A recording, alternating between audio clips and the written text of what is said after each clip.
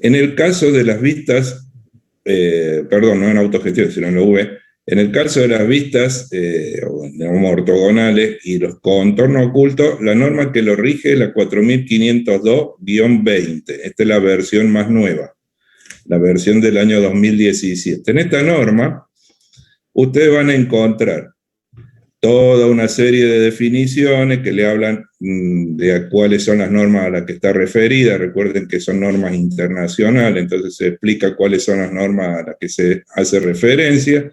Y acá hay un cuadrito donde se ve claramente los distintos tipos de líneas que se van a utilizar en la representación.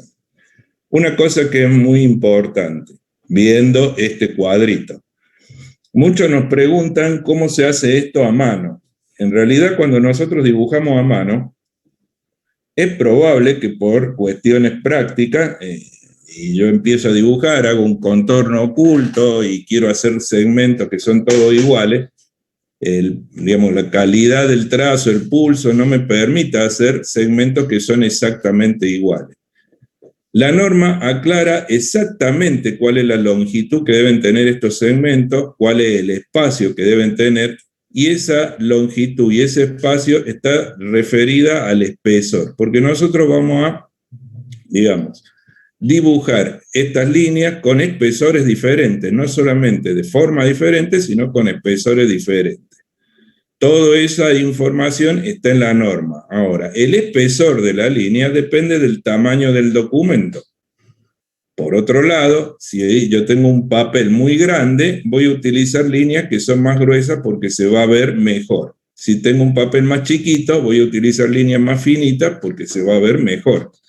En ese sentido, entonces las dimensiones que tienen estos segmentitos y el espaciado que hay entre uno y otro, está todo prefijado de acuerdo al espesor que yo use. Si yo uso una línea muy gruesa, los segmentos serán más largos y el espaciado será más grande. Si utilizo una línea más fina, el espesor será menor, digamos, la longitud será menor y el espacio será menor. Ahora, cuando ustedes dibujan manualmente, aunque no puedan hacerlo idénticos, tienen que procurar que sean muy parecidos. Porque como ustedes ven, en esta lista hay una gran cantidad de líneas. Entonces, si yo empiezo haciendo segmentos parecidos, pero después me voy cansando y para terminar rápido hago 2 o 3 líneas largas, eso puede tener otro significado. Fíjense que hay otras líneas que tienen segmentos largos, segmentos cortos, segmento largo y 2 segmentitos cortos, segmento largo y puntos, segmento largo y 2 puntitos. Entonces, si yo no los hago uniformes, entonces me voy a confundir. El que ve el documento se va a confundir porque cada una de estas líneas tiene un significado diferente.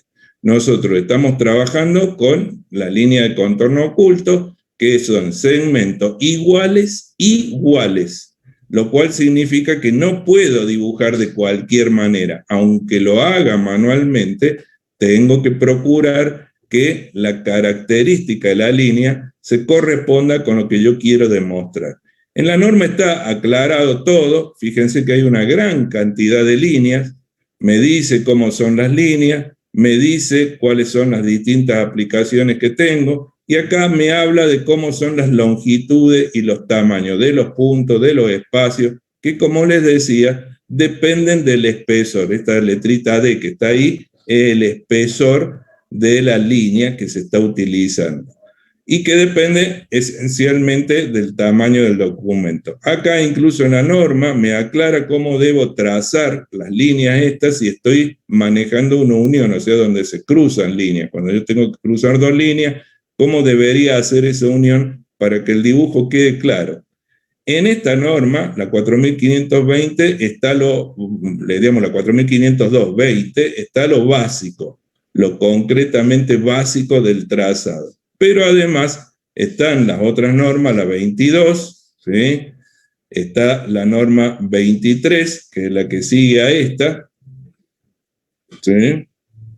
En donde me dice cómo son todos los tipos de líneas que se utilizan para distintas aplicaciones, porque ustedes vieron que en la primera tabla hay una gran cantidad de líneas que se utilizan en distintas aplicaciones, que tienen que ver con construcciones metálicas. Es decir, cuando yo veo, por ejemplo, el plano de una construcción hecha con perfiles de metal, o cuando veo el plano de una pieza mecánica. En concreto, hay una norma muy específica para lo que son construcciones de tipo mecánico, es decir, piezas que son mecánicas. Bueno, las versiones de estas normas, como le digo, la 20, la 23, la 20, la 22, 23, 24, que es la que está acá, la última, que se refiere al dibujo mecánico, está perfectamente incluido, y acá están los distintos tipos de líneas para esa aplicación, con todos los significados y todas las cosas en las cuales se pueden utilizar estas líneas.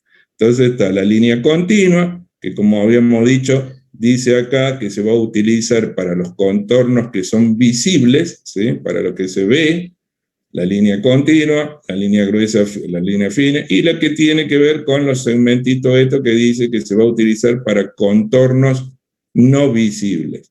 Es decir, está especificado cómo es, y acá tienen una tablita donde también les aclara de acuerdo al grosor de la línea qué es lo que deben hacer. Esto ya lo tienen una gran cantidad de ejemplos, esa es la ventaja de la norma, tiene una gran cantidad de ejemplos donde yo veo en concreto y gráficamente cuáles son las distintas aplicaciones que se puede hacer. Es muy